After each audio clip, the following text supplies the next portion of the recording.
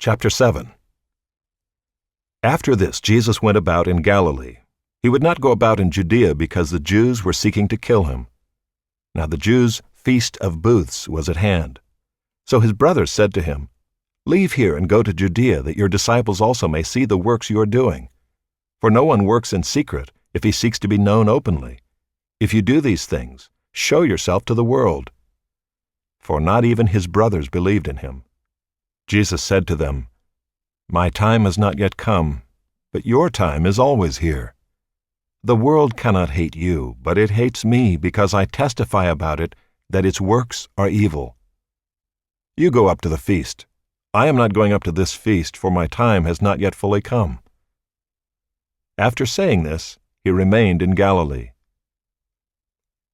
But after his brothers had gone up to the feast, then he also went up, not publicly, but in private. The Jews were looking for him at the feast and saying, "Where is he?" And there was much muttering about him among the people.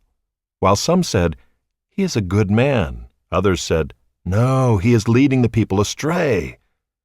Yet for fear of the Jews, no one spoke openly of him. About the middle of the feast, Jesus went up into the temple and began teaching. The Jews therefore marveled, saying, "How is it that this man has learning when he has never studied?" So Jesus answered them, "My teaching is not mine, but his who sent me. If anyone's will is to do God's will, he will know whether the teaching is from God or whether I am speaking on my own authority. The one who speaks on his own authority seeks his own glory.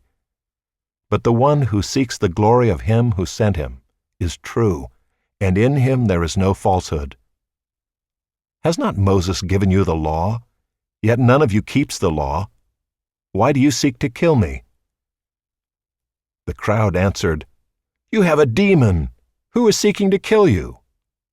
Jesus answered them, "I did one work, and you all marvel at it.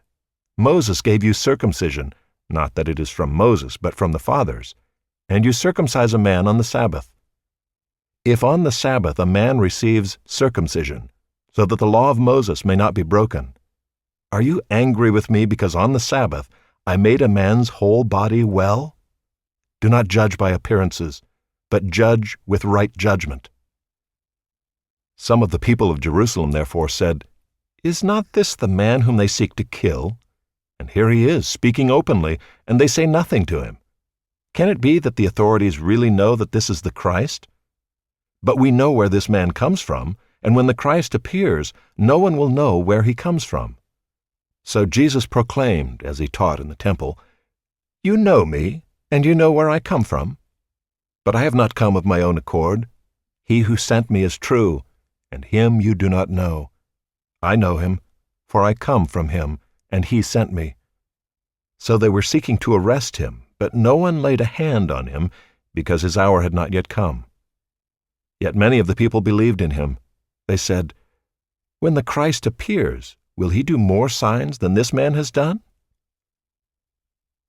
The Pharisees heard the crowd muttering these things about him, and the chief priests and Pharisees sent officers to arrest him. Jesus then said, "I will be with you a little longer, and then I am going to him who sent me.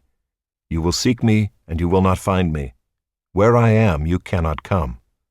The Jews said to one another, "Where does this man intend to go, that we will not find him? Does he intend to go to the dispersion among the Greeks and teach the Greeks? What does he mean by saying, 'You will seek me and you will not find me,' and 'Where I am you cannot come'?" On the last day of the feast, the great day, Jesus stood up and cried out, "If anyone thirsts, let him come to me and drink. Whoever believes in me, as the Scripture has said, out of his heart will flow rivers of living water."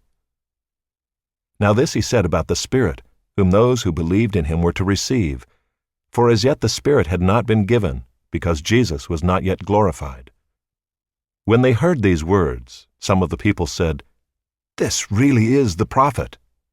Others said, "This is the Christ." But some said, "Is the Christ to come from Galilee? Has not the Scripture said that the Christ comes from the offspring of David and comes from Bethlehem, the village where David was?" So there was a division among the people over him. Some of them wanted to arrest him, but no one laid hands on him. The officers then came to the chief priests and Pharisees, who said to them, "Why did you not bring him?" The officers answered, "No one ever spoke like this man." The Pharisees answered them, "Have you also been deceived? Have any of the authorities or the Pharisees believed in him? But this crowd that does not know the law is accursed." Nicodemus, who had gone to him before, and who was one of them, said to them, "Does our law judge a man without first giving him a hearing and learning what he does?" They replied, "Are you from Galilee too? Search and see that no prophet arises from Galilee."